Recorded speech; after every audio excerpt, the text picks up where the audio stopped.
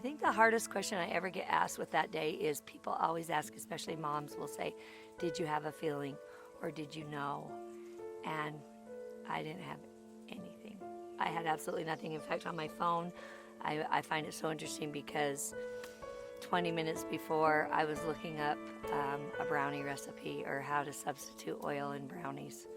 And that bothers me that somehow I didn't have a feeling of any kind.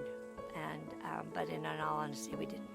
It was Sunday, but we were just playing Pictionary on the deck, and McCall got a Facebook message that just said, do you happen to be Riker's sister? If so, will you have your mom and dad call this number? There's been an emergency with Riker. And so she just handed me the phone, and luckily she didn't get that in Provo by herself, and she would have had to drive up. Luckily, she gave it to me, and for some reason I knew, and I just got up and walked in the bedroom and called. And yeah, it's the worst phone call. It's the biggest fear of any you could ever get, and it goes down about exactly how you would imagine it to go down. You are in complete shock, screaming. We didn't know we were screaming, really. I ran out trying to talk to Bruce and Trevor, and the cute boy was Riker's friend, and he happened to have been driving home from church and saw the accident. So he had pulled over, and he was able to call Trevor's mom, the one who died's mom, who they were best friends. And then he told the police officer he wanted to call me. I don't know if that was a great idea for him, because later, 2 days later, when I talked to him, he said, I just kept saying, but did he die? And he said, I asked him 8 times, but did he die? Are you sure he died? And he finally said, he turned to the cop and just said, I don't know how to tell her any other way.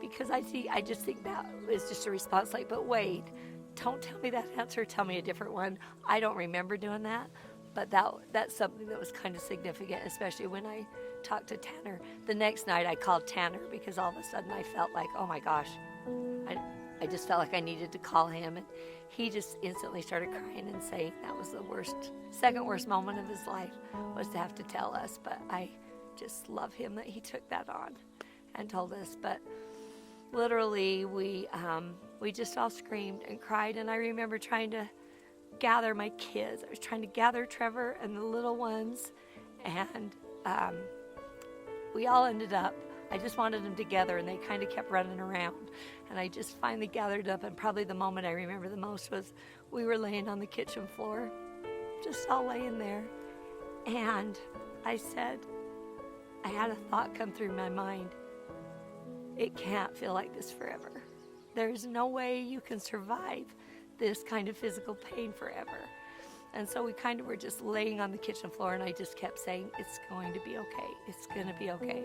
And my kids kind of always tell me about that. They made me a bracelet that said that, because I took on the mom role still. And poor little Bruce was sitting on this little chair just looking back and forth, trying to process it all. And at the same time, he had gotten a text. So there was 5 people on this side, 5 people on this side in Arizona that had gone down the chains trying to get to us, because Riker's name was on his license, but they couldn't find a phone number. And so really cool story how it ended up being almost the same time.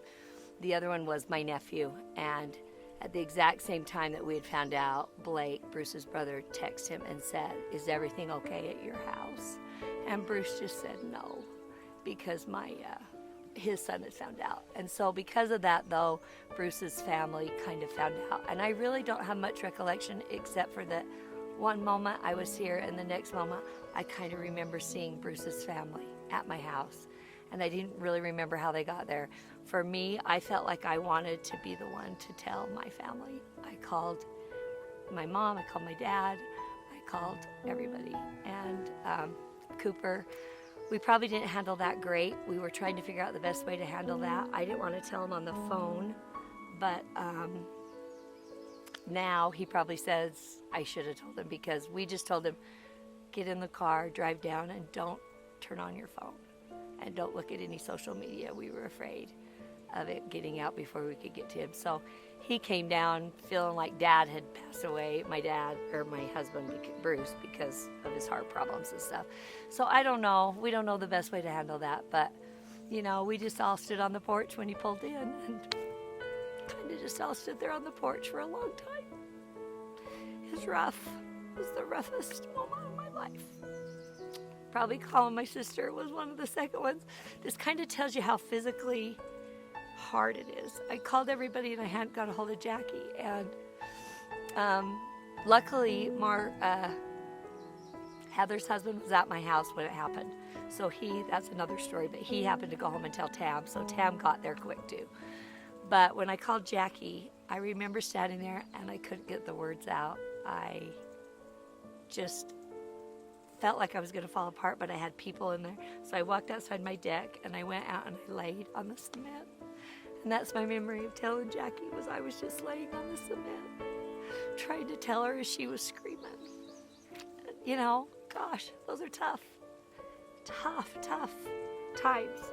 I don't remember hardly anything of that whole night, except for, you know, people started finding out. The bishop happened to drive by and just odd things, and everyone started finding out, and everyone started bringing stuff.